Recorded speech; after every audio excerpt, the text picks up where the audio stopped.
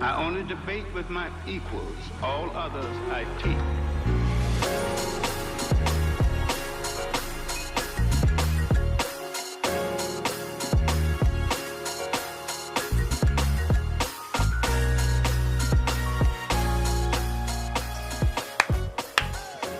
What's up, what's up, what's up? Welcome back to Chief Seats, where culture meets conversation. It's your boy Big Mo, HRap B. What's up, man?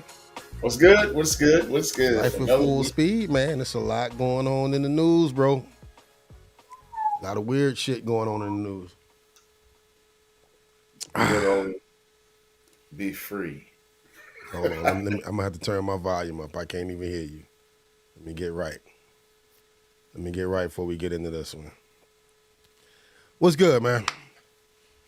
Yeah, your like Raiders still trash. Hey man.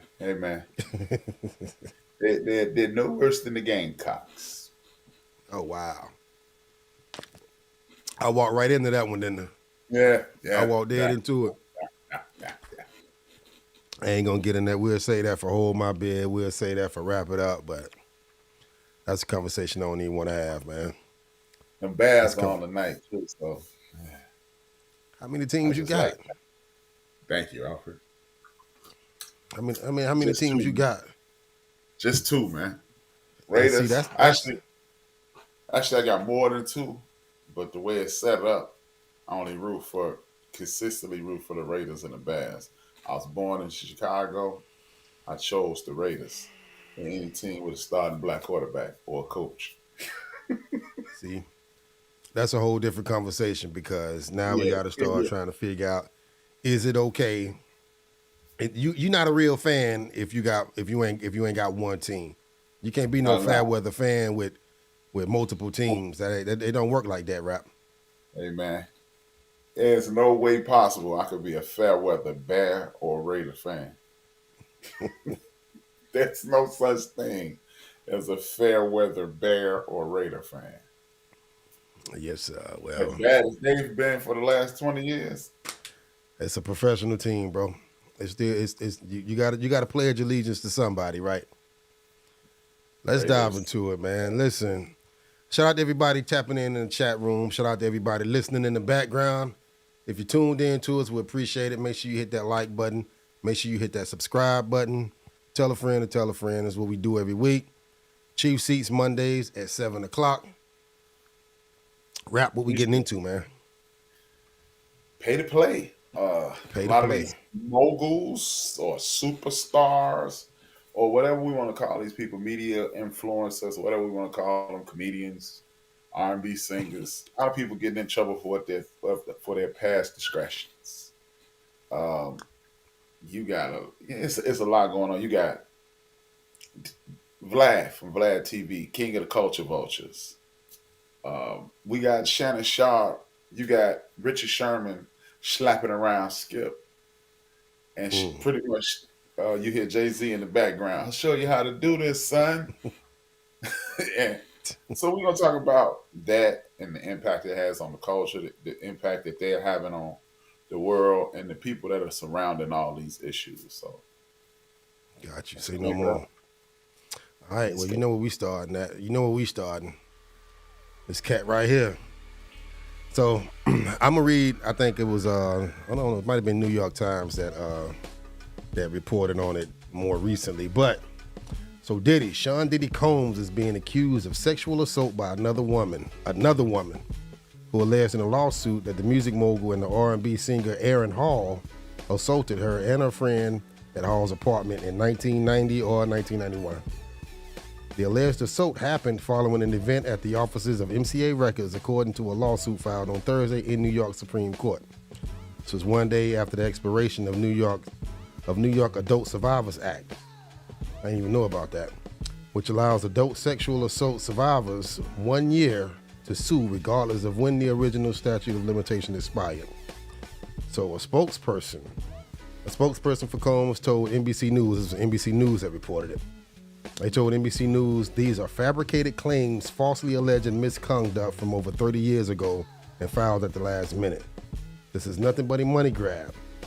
Because of Mr. Combs' success and fame, He is an easy target for anonymous accusers who lie without conscience or consequence for financial benefit.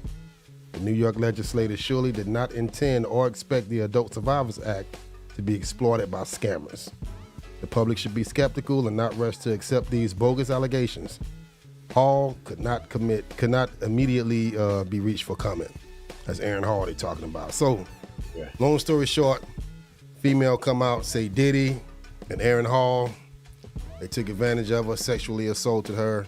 And let me say this. Let me say this before we dive in. I want to be clear because last week I caught a lot of heat about some comments that I'm standing on about Dre 3000. But let me say this. Let me go ahead and just put this out the gate.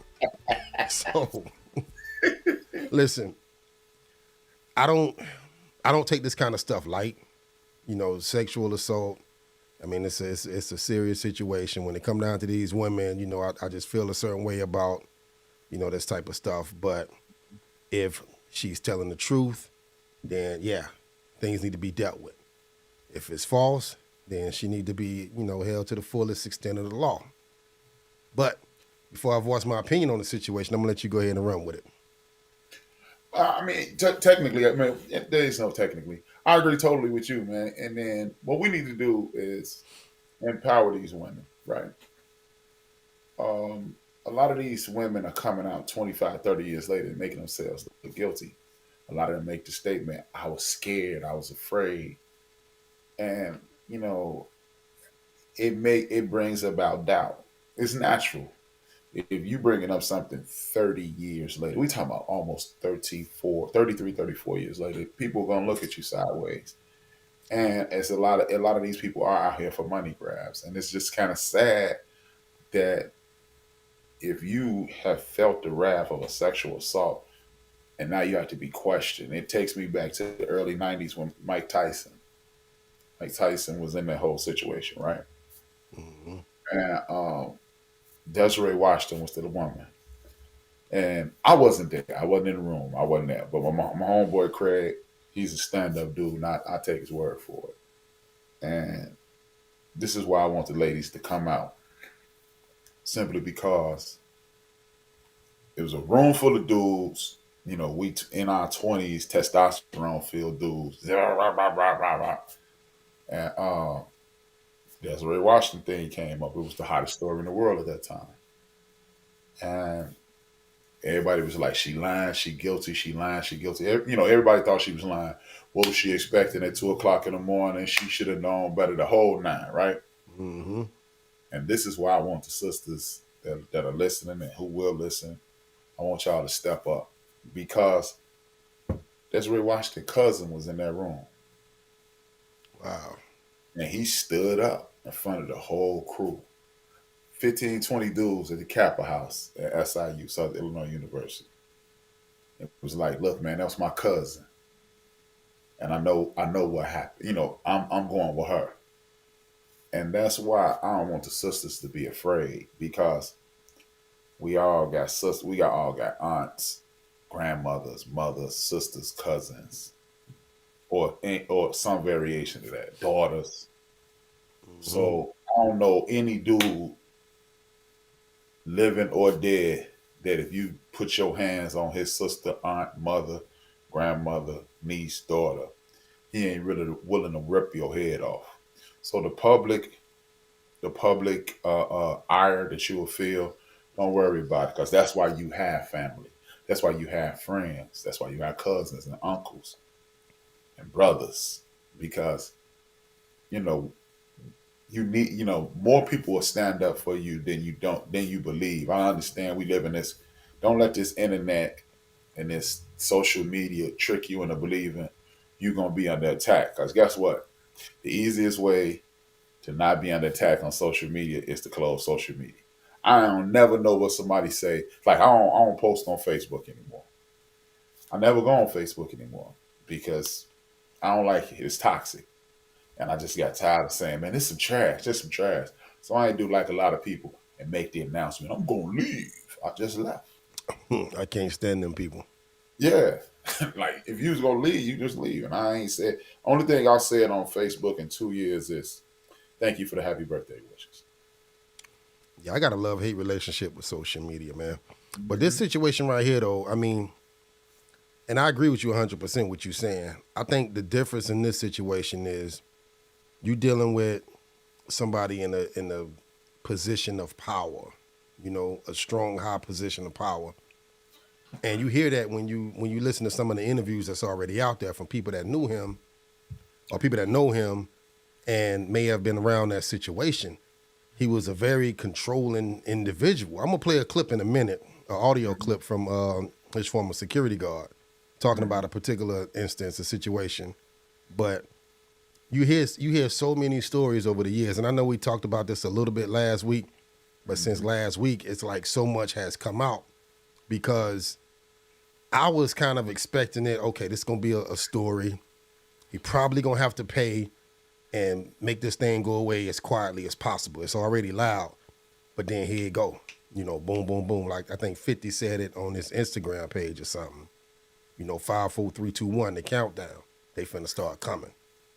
And now I feel like you're gonna hear so much more from so many other people, you know, whether it's other women coming out or other people speaking up on the situation. And it don't look good, bro. It don't look good. We might be witnessing, you know, the fall of, I don't know, I guess an icon or whatever.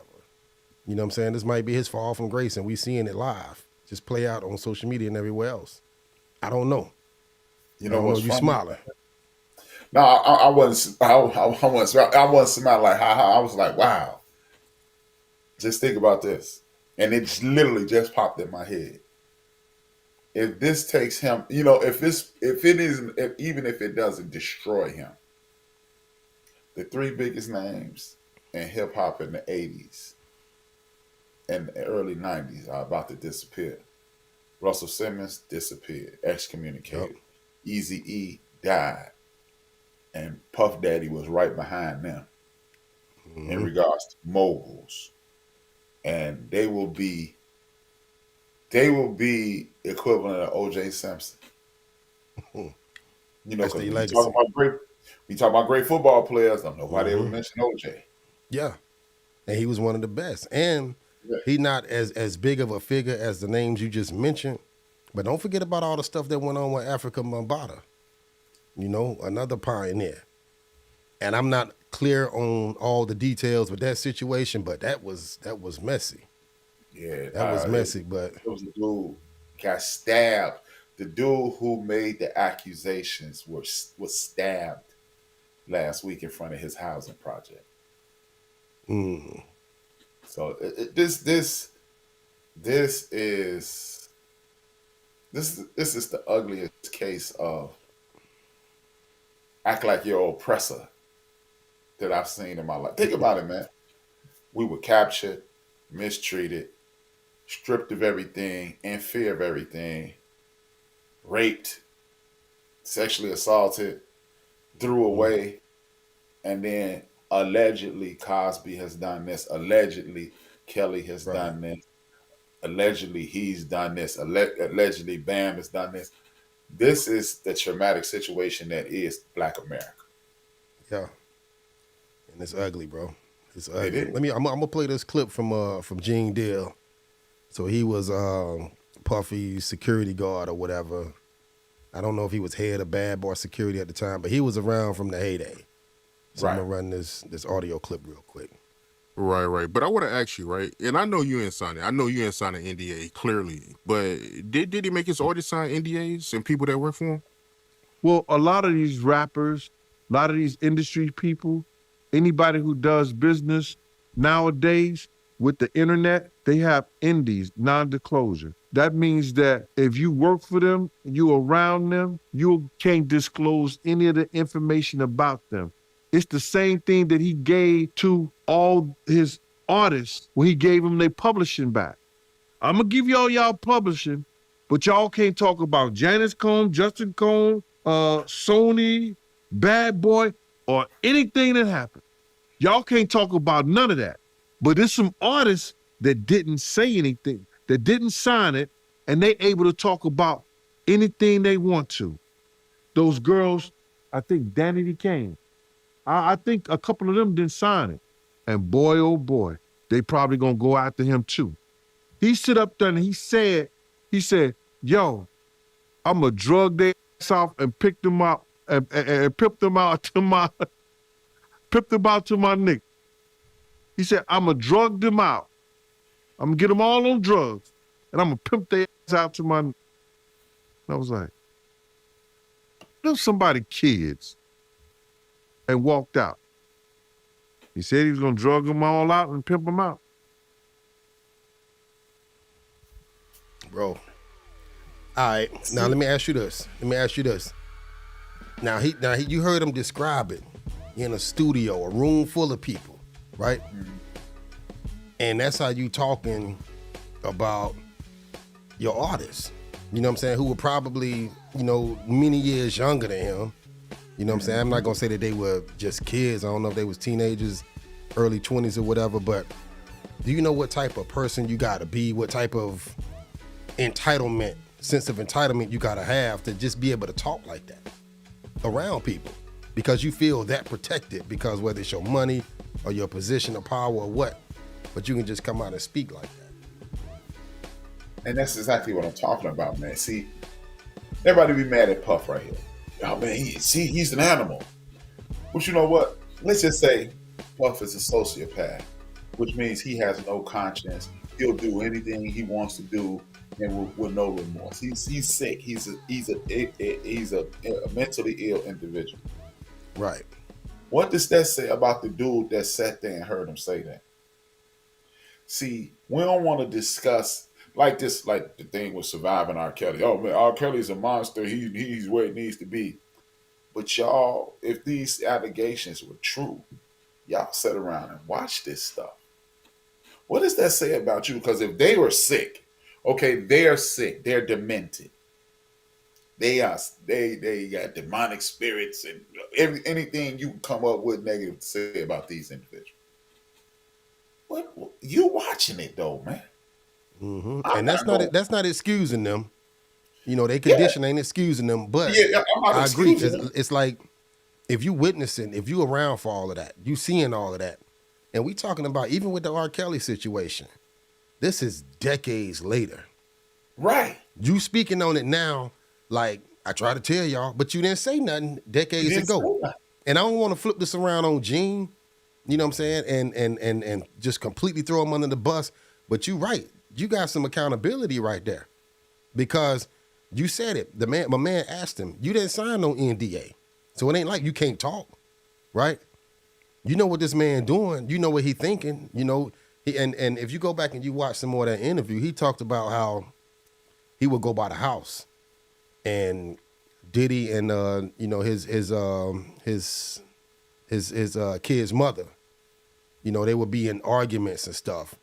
And it's like, clearly, he been jumping on her. He been doing this, he been doing it. And of course, all this information starting to come out, but he was talking about that. You right there, bro.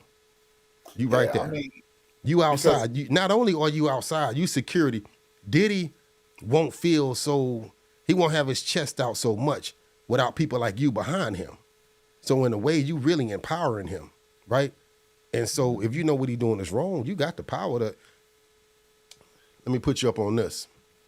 So the same guy that we were just listening to, right? He worked for some state department where he's really obligated to report stuff like that. Child services and stuff like that. He's obligated to report stuff like what he's saying he witnessed, right? He got a mandate to do that, right? Now, I don't know if Diddy saying something like what he said is something that would justify him having to go and inform authorities or whatever. But accountability is everything, bro. But it seems like it would because, okay, if you beating up on the mother, that means you're terrorizing the children. I ain't never heard of somebody who you jumping on their mama and they ain't freaking out, even if they're not outwardly freaking out. Right. It bothers them. That means that child is mentally in danger, emotionally in danger. And look, I bet you get the same dude in a room by yourself and say, yo, Gene, what if Kim Porter was your mother or your sister or your aunt or your niece? What would you want me to do? he'll be sitting around talking about, oh man, I would have done this, and you better not touch nobody in my family, and whoop de whoop de whoop de whoop. But you let somebody else sister get it, man.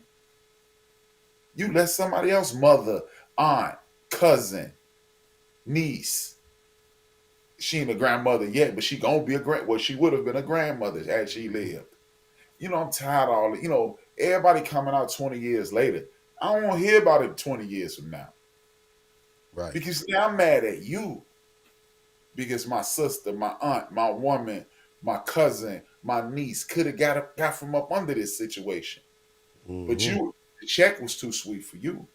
But now that the floor is falling out of this, and now everybody want to step up. Yeah, he was trifling. Oh, I don't want to hear that now.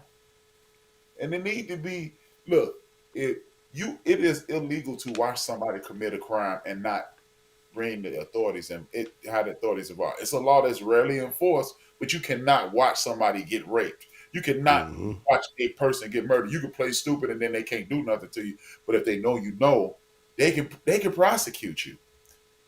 Yeah. They need to start getting out to these dudes and these employees and these, he was powerful. He was so powerful that you couldn't get the police. I'm trying to understand, since when is anybody scared to tell on somebody that's black? When did that start happening? That black people are so powerful that the police won't come get them. Because, hey man, all I know is if they put Brian Williams on TV tonight and say, XYZ just happened, ain't nobody you knowing gonna go, he ain't gonna do that time, man. People gonna go, oh, they finna throw the library at this clown. Yeah. So how is it that all of a sudden black people too big to get the police called on? Come on, man. Look. And then on top of that, it's like real men, we can't tolerate seeing a man beat on a woman. You know what I'm saying? We can't tolerate that. Not to mention me hearing about you raping, you know what I'm saying? Any woman for that matter. But like a young woman or something like that, like you said, we got sisters, we got nieces, stuff. And like my sister, I'm pretty sure she won't mind me sharing it. I won't tell the whole story. But I was in a situation where, I'm coming to her defense. Damn near changed my life, right? You know what I'm saying? But it was justified. It was justified. And so for him to be who he was to Diddy, playing the role that he played at that time, during that time, and to not say nothing about it and then he done like 100 interviews about Bad Boy. He walked you through the whole Biggie getting killed situation, the whole Mace situation, the whole Lil C's and Kim situation. And now that this stuff comes out from somebody else, or Cassie kind of, just jumping this thing off, he got a lot to say. He got a lot to say. Bro got a lot to say, man. And it's messed up because you'll go sit on these podcasts and do these interviews and tell the whole world when this is something that should have been dealt with 25, 30 years ago. Yeah. But you're doing it for a check. Doing it for that paper. I'm gonna get some paper about this. Let me maximize my ability to earn. Now you're a capitalist again. See, people killed me with that. I don't know, man. If it's my sister, I'm Jack rolling homeboy. For real. I'm catching up with him. Hey man, I'm gonna get with your glamour. Me and my cousins, we catching up with you, man. Especially if allegedly he played a role in this woman's death. Because ever since the day she died, people like, dude, how many of y'all, you know what? He been making fun of it on Instagram, and I've been laughing. I'm not going to act like I haven't been laughing. Who been making fun of it? 50. If you know about it, you're just as wrong as everybody else. You said he been making fun about it? He been making, everybody named Mama, it has been a running joke since that lady died, Kim Porter, that he was a major contributor to her death. All these people stepping up and stepping out and saying this, that, and the third make me think y'all knew something. If she was being terrorized by this cat and y'all sat back and watched it, Oh, that ain't my sister. What? Yeah, and it's probably going to be it's going to be a thorough investigation done. But like shifting the focus back to Diddy, it's so many crazy stories coming out, and I can't say nobody knows what happened unless you were there, right? Yeah. The women they're gonna come out and they're gonna speak their version of what happened, whether it's their truth or not, and he gonna defend himself. It's just what he do. But I don't know how this end well for him, and then it's unfortunate because it's like either way it play out, you know what I'm saying, it's still messed up because if he is guilty and he did all the things that he being accused of doing, you know, it's fucked up. If he's innocent and these women are lying, it's messed up. You know what I'm saying? So it ain't no win in this situation. Win or lose, you still Everything lose. that he's accomplished throughout his career, he's in the same situation with O.J. Simpson, Michael Jackson, R. Kelly. Bro, this is your legacy. When you start naming these names, the first thing you're gonna think about is O.J. Simpson. You know, it didn't fit. You must have quit, right? R. Kelly, peeing on the little girls. You know what I'm saying? Michael Jackson, the kids at Neverland or whatever, and now Diddy, beating and raping women. Russell Simmons, same thing. So yeah, I mean, and then it's a sad commentary, man. And you mentioned it once. I think you mentioned it last week. Why don't he have any character witnesses, man? It ain't one person to say, man, I don't like, you know, usually, even when you a creep, people will go, I don't like him, but that don't sound like him. Right. And the people that's speaking out, and you hadn't heard a lot of people aside from the victims or the alleged victims, but the people that are speaking were at one time close to him. Now they drug Aaron Hall into the situation.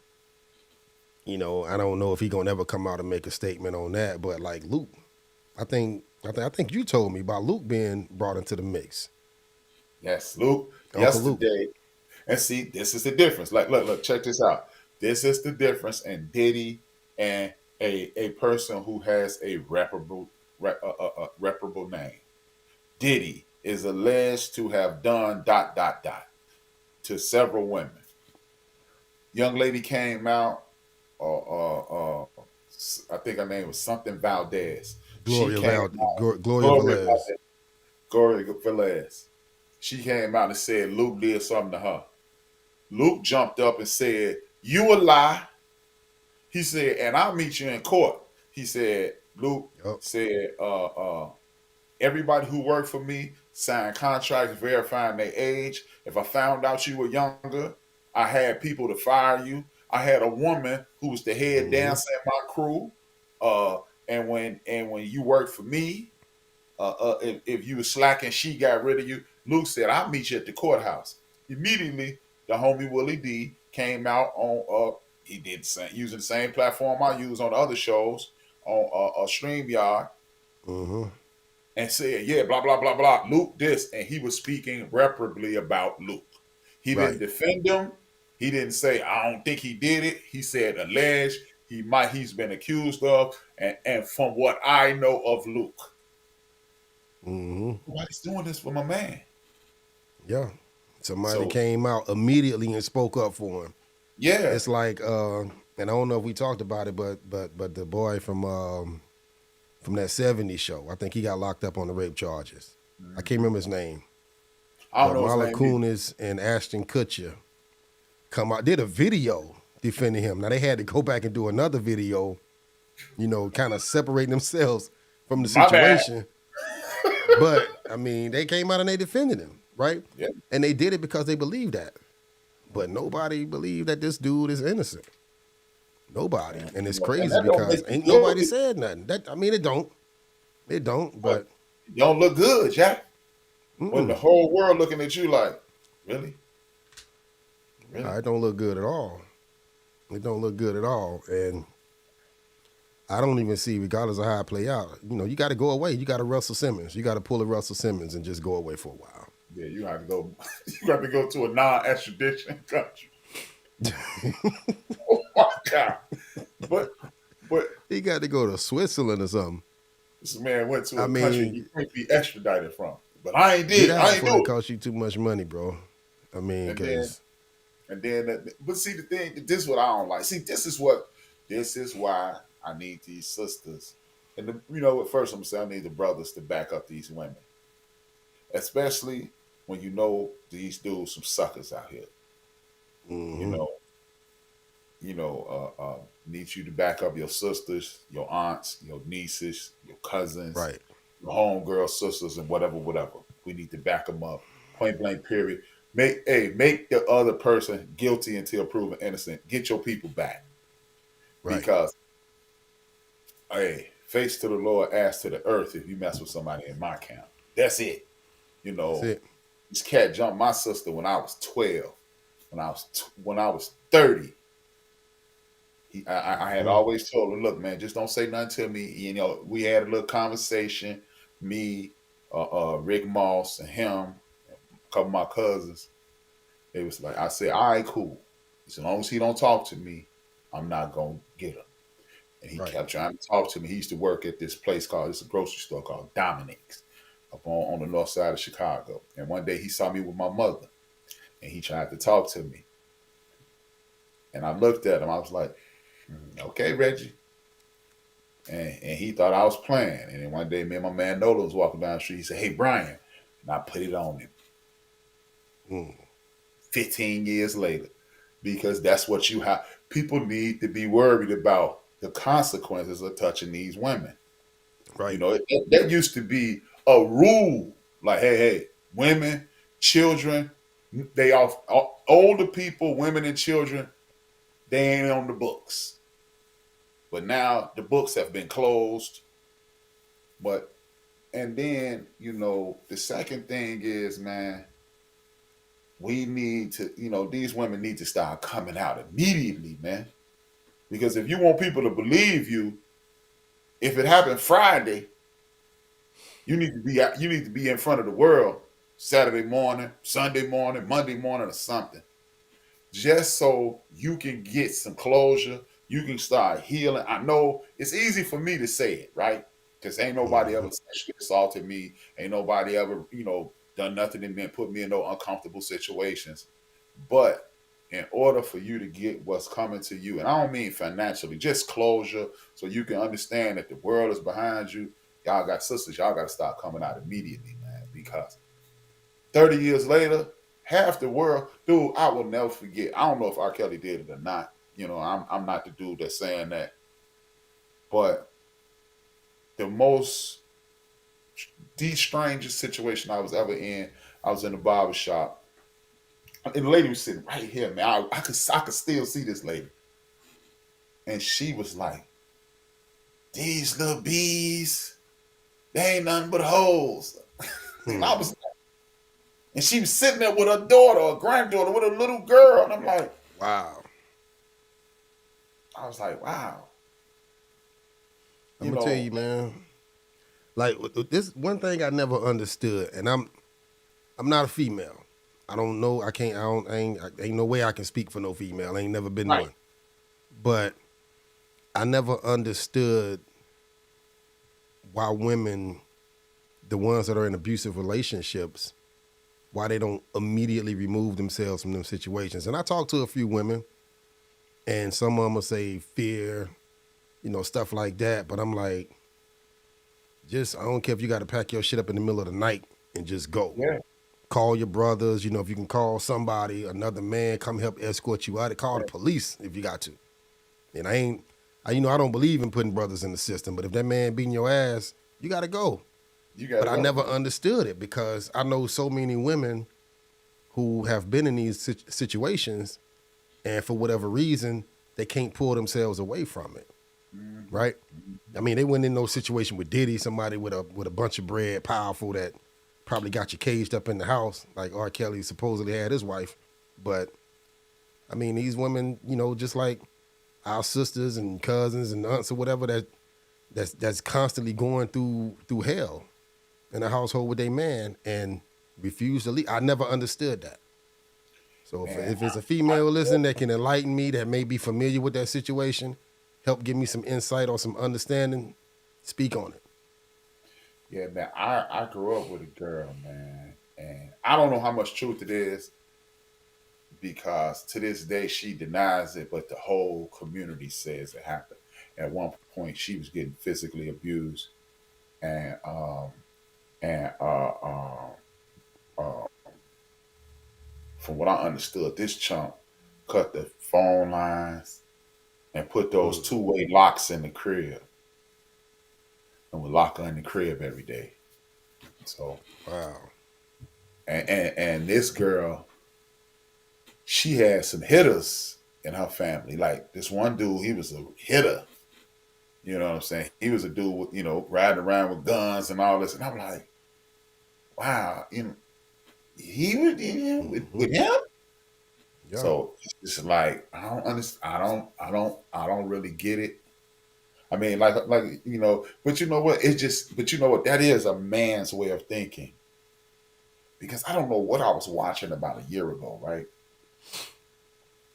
And the lady was talking about being afraid to walk somewhere. And I just had to look over my shoulder.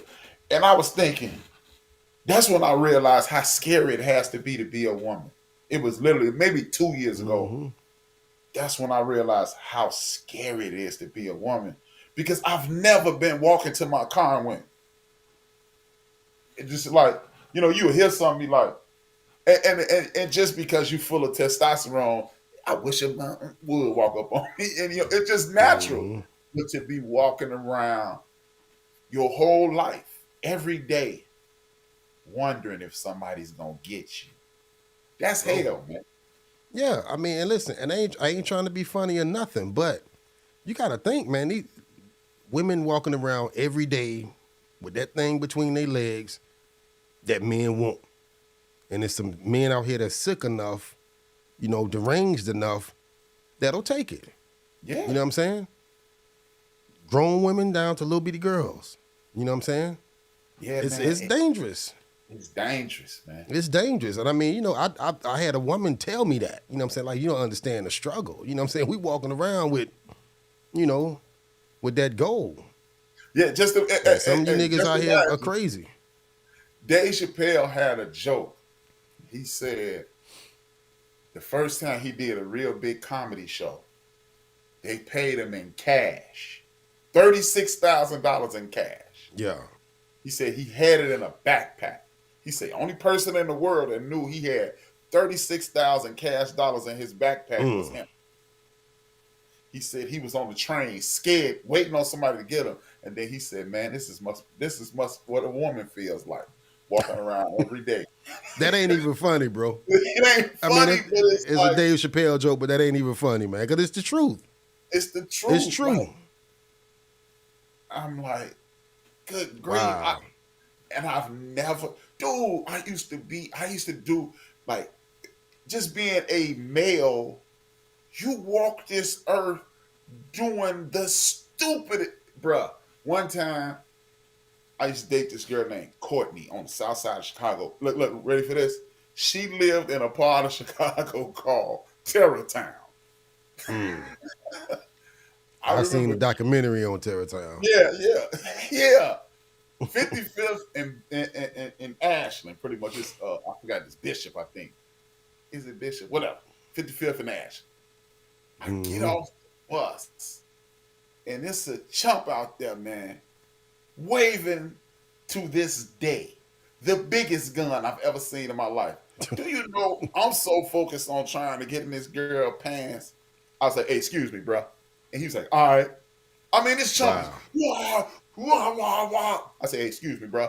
And walk right past. Everybody was out there watching him go crazy. I said, "Excuse me, bro." And walk right past him.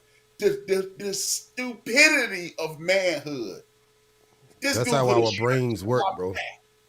Huh? That's how our minds work. You were so focused on that. Yeah, I'm focused on it. I'm gonna get me some. I done walked past a dude with the biggest gun to this day. The biggest. Remember the first Batman when the Joker had that long pistol? It looked like it was about that big. Yeah. Man. So to walk past, to be walking the street wondering if somebody gonna get you every day of Mm-hmm. the week. And I like, you know me, I like documentaries, and I've been watching movies.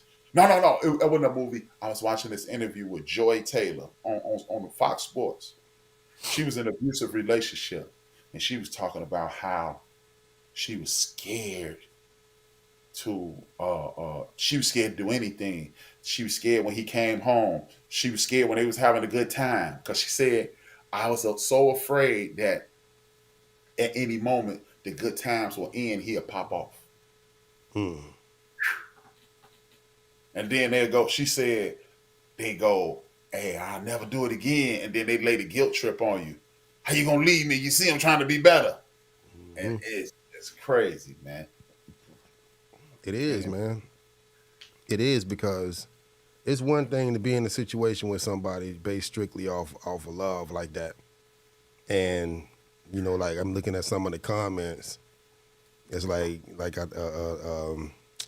so, she said that some women feel like, you know, they think it's love, you know, or brainwashing, you know, emotional damage or whatever. But then like the Diddy situation, these were people that he wasn't even in, you know, relationships with like that, but it was more of a control thing, a power thing, you know what I'm power. saying? And it's sickening, bro. It's real sickening. But I'm gonna say this, and you know, I know we got to move on to the Vlad situation, but it ain't nothing you can say to convince me. It ain't nothing you can say to convince. It's just too much information out there, and you know, maybe some information that come across that'll change my mind. But dude, don't look innocent to me, bro. He don't look innocent to me either, man. He You don't know, look last innocent week to me. we were saying alleged, and we have to say alleged because hey, we don't want him suing us. No, no. That's why I had to pause when I said. I'm like, you know, I know Diddy ain't watching this. That's the last thing on his Might mind. be. But He might say be. what? He might be. Hey, Diddy, if you watching, man, cut that shit out, bro. Hey, Go hey, get some hey, help. I was gonna tell a joke. I'll tell you this joke after it's over. It's kind Go of get. what I was gonna say. So man, just put a whole nother spin on. Take that. Take that. Yeah, boy, you see that? There you go. Get you But some hey, help, man. yeah. We're gonna get But you some help, and we're gonna introduce R. Kelly to some older women when he come on, man. man, All he right. coming on Tuesday next week. But yeah, speaking of the whole, you know, brothers on podcast talking about shit they should have talked about 40 years ago. Got another podcast that I know you wanted to speak on. I don't even know if you can call him a podcast at this point. I guess so. Yeah, he's still a podcast. Yeah, but speak on Vlad. Well, this is white dude named Vlad. Uh, he is a culture vulture, and what if you're not familiar with the term culture vulture?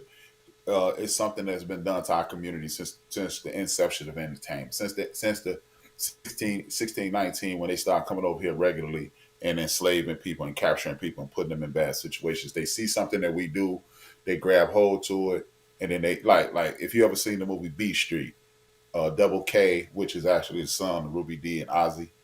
People don't know that. The I did DJ not know that. that's Ruby D and them son. Double K was like, you a biter. You take a bite, and he said you take a bite, throw away the rest. And that's what people like Vlad and other people, Vanilla Ice, Vlad, and a myriad of other non-cultural people come in and swoop down, see what we're doing, and they use their white skin to open up doors that otherwise wouldn't be open to them. They hang out with us, pretend to be our friends, and then they exploit us on a regular basis. And and then what they do is as they're being exposed as culture vultures, they get other people from our community to represent them, because then it looks as if I'm employing someone, but you're still reaping the benefits of our pain. You don't put a light on a rape victim. You don't put a light on a criminal. You don't put a light on anybody just to make money from it. But we live in we've been duped into this concept of I'm a capitalist. But you need to realize when you use terms like I'm a capitalist, you need to realize capitalism brought your black behind over here. And if you were already over here where we were slowly but surely people are coming to the realization there were Nubian people here before 1492, 1392, and we were over here over 400 years before Christopher Columbus was even born. As we come into these realizations, people we have to stop using these terms and saying I'm a capitalist, because that all that means is I'm using someone, not working with. It's the difference. Me and you work together. We don't use each other. YouTube is using us. They capitalizing off our content. And I'm not saying it's a bad thing, but because it's a give and take. Because otherwise, we wouldn't have had such a large audience last week. Shout out to all the people who watched last week. We had over 2,600 views. But he takes advantage. He exploits young black minds. Vlad is equivalent. And then you will have people defend Vlad and say, hey, man, he's just trying to get money. Well, the dude standing on your corner selling cocaine, he's just trying to get money too. And guess what? He's employing people too. So is that cool? That ain't cool. So what Vlad? Because Vlad is exploiting people and getting people incarcerated. Vlad is exploiting people and making them look bad and putting them out. He putting images of us out in front of the world and making us look like criminals, thieves, rapists, dishonest people, degenerates, and we are putting money in his pocket by supporting him. And I hate it. I'm not gonna be as kind to say I don't like it. I hate it. Yeah. I'm sorry, go ahead. I was just gonna say one more thing. He is literally like 25% of the reason I started podcasting. Yeah, one of the things I hate, and to speak to what you're saying, we watched Vlad interview Keefe D. How many times? Now, if you don't know, Keefe D, he's incarcerated now in connection with Tupac's murder, right? Mm-hmm. About probably, if I had to guess, I would say about 75% of their investigation was the Vlad interviews. Now, it wasn't the smartest thing for him to go out there and start speaking about information that deep, that close to the case, but he did it as a interviewer. If we were to bring anybody on this show today, one of the things that we will make sure we do is we gonna protect that guest. Don't say nothing out the way. Don't say nothing that's going to incriminate you. Don't say nothing that's going to get you in trouble or compromise the integrity of the podcast, right? Vlad doesn't do that. He don't do that with none, especially in particular with his black guests. He's not going to do that. And what I'm fearful of is some of these up and coming podcasters, like the ones with the names, the young podcasts. They may have a big name, but they new to podcasting. Mm-hmm. I don't want to see any of them follow that trend. Mm-hmm. You know what I'm saying? I don't want to see them do that, because it's to me that's like a cancer to the game. Mm-hmm. Mm-hmm. Yeah, man, it's piss poor, and now he's starting to pay. See, he's appropriated enough money to pay people now, and now it's this concept getting the bag. And these lies that are being told, I'm going to focus a lot on this tomorrow on Build and Destroy. He is doing everything humanly possible to continue the rape of our people. And not enough people are standing up and saying, yo, this look, because we have this foolish concept of the bag. I ain't gonna stand in the way of another brother getting paid, but you hate that your uncle getting high. You hate that your aunt getting high. But you don't want them to do, man, these cats on the corner, blah, blah, blah. Well, this dude is just as dangerous. He is just as dangerous. You don't see it because it ain't in your face. It's these dudes, these young black men going to jail. But guess what? When HRap went to jail, HRap left children and a wife behind. He probably was taking care of his mom and his sister and his brothers. These people are taking care of families. So if you're mad that the young men out here rapping about this, that, and the third, you should be mad that a man who's taking those raps and exploiting those young, undeveloped minds and putting them out in front of the world, that's why these kinds of things empowers the people who are in support of Trump. They empower the Republican Party. You got Cardi B, who meant well, but she hasn't had a civics lesson. So New York is on schedule to have $120 million taken from their budget. She get on there and blame Joe Biden. It empowers her to not do the research, to not be learned about these things. So, bam, it's over. It's over. And guess who suffers? We suffer. HRap suffers. You know, he started a fight between T.I. and Boosie because Boosie has been snitched on and T.I. snitched on a dead relative. Oh man, he a snitch, and now they were beefing briefly. But what if that goes to an elevated level? You know, he's not concerned with that because guess what? None of the Vlad people are gonna be killed. Nobody who looks like him is gonna be killed. None of their friends. And again, Boosie is taking care of. He has like 6 biological kids. He's taking care of 5 other children are his friends' children. So if Boosie go to jail for doing harm to T.I., then what? Then what? If T.I. goes to jail for doing harm to Boosie, what's over T.I.'s children? He ain't thinking about that. He don't care about those things. And I'm tired of cats like him and others that come into the community dressed up as they are wolves, and we are sheep. And that's right out of Malcolm X's mouth. He was like, man, these liberal white folks that come into our community, they are wolves, and we are sheep. And we continue to get, like he said, you know, when you look at the Republican Party, this is a direct quote from Malcolm X. You look at the Republican Party, and they are wolves, and the liberal Democrats are foxes. It's easier for the fox to get the lamb on his plate because he pretends to be the lamb's friend and eats him. The other people are wolves. So we need to back away from the forest. And this isn't a poor attempt at self-promotion. You need to be coming on the chief seats. You need to be, when we re-crank up Rapping with HRap, you need to come on up because now it's certain things that you and I could say to you and I and our listeners that the outside world is not going to be privy to. There's certain things that you don't even have to say. All you have to say is, like I was watching Mav Hoffa today. While I was listening to him. I'm not watching. I'm working and I'm listening to Mav Hoffa, my expert opinion. Mm-hmm. And they asked AZ how much money did he make on his first big check, which is kind of lame.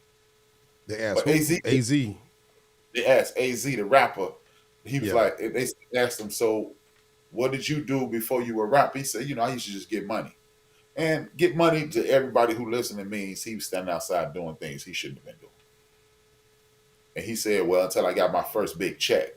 And they said, again, some Vlad-esque activity. Well, how much was the first check? He was like, it was enough to stop. And in the hood, an answer like that is don't ask me no more. Yeah. And see, again, that's what I was saying earlier. It's like, I don't want to see none of these new podcasters start following in those footsteps. You know what I'm saying? I mean, we address him as far as a culture vulture, but there's so many little things that you see that come with those interviews that I don't want to see nowhere else. I don't want to see from some of these hip hop artists that's going into podcasting or some of these former athletes or actors that's getting into podcasting. Because like you said, that's a corny question. I mean, come on, man. This man on here promoting a new project and you talking about his first bag. Mm-hmm. It's just corny and it's so typical of some shit that Vlad would do. Mm-hmm. So, and that's one thing about Gilly and Wallow, and it's possibly because Wallow did 20 years in the penitentiary. He knows better to ask specific questions. Mm-hmm. And Gilly sees. I'm not a big fan of those two because they go look for it, but they doing it. And one of the things I do appreciate about both of them is they don't ask those kinds of corny questions. They don't put you in precarious situations. They don't make you self-incriminating. They don't do those things, and which is a testament to them. But we got too many people that are not a testament to us. They are a detriment to us. They are just like the Candace Owens, the Stephen A. Smiths, the Jason Whitlocks, the Acho, and dude who I communicate with on a regular basis, Marcellus Wiley. He follows me on Twitter.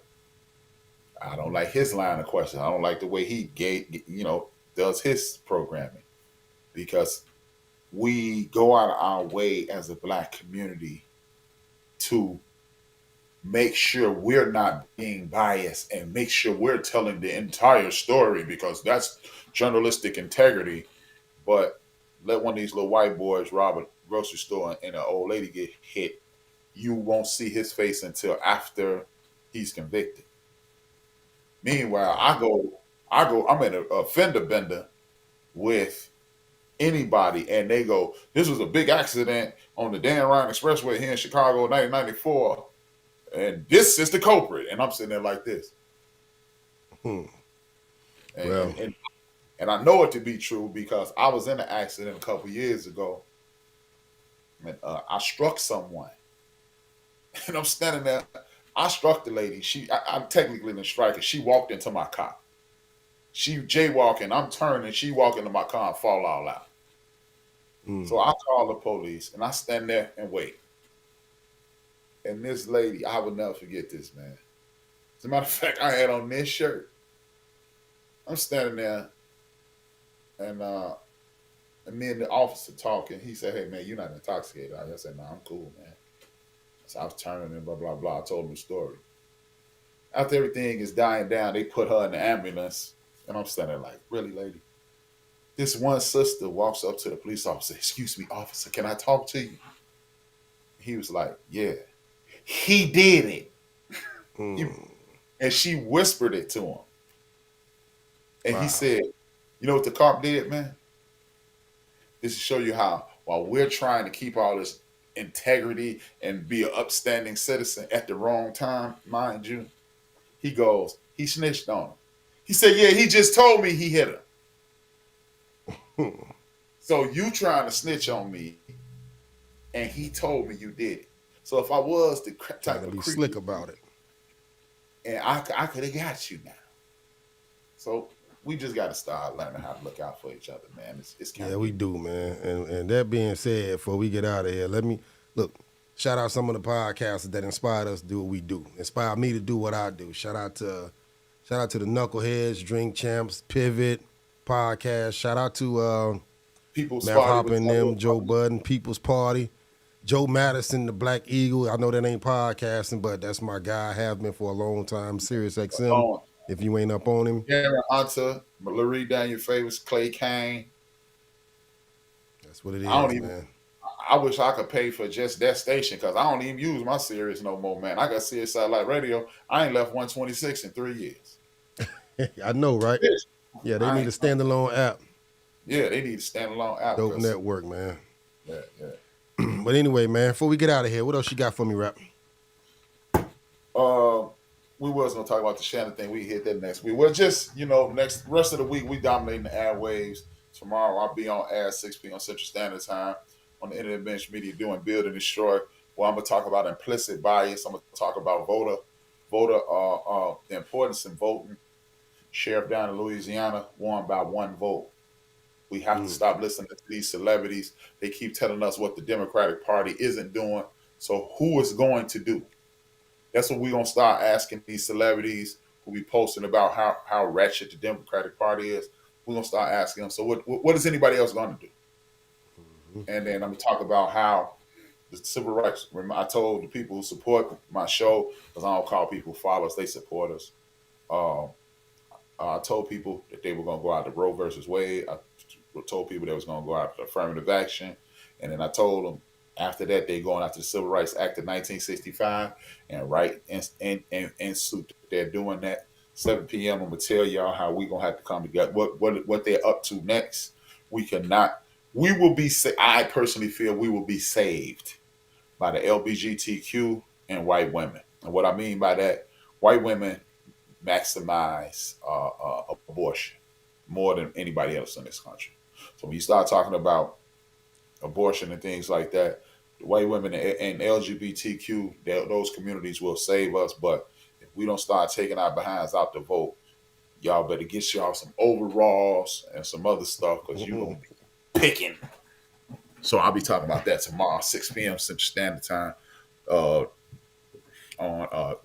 the End of the Bench Media, THAENDOFDABENCH Media. And then hold my beer and then wrap it up sports. Back to back days. Back to back days, man. We dominate Monday through Thursday. We ain't doing nothing no Friday, so y'all can forget that. That's drink tonight. That's it. It's Miller time. All right, y'all make sure y'all tap into that, man, and y'all make sure y'all catch up with us again on Monday, 7 p.m. Thank you for tapping in. Make sure y'all hit that like button, subscribe button. Go out and tell your people to tap into the Chief Seats, and we'll catch you next time. What I'm not gonna do is turn this shit down to make you happy.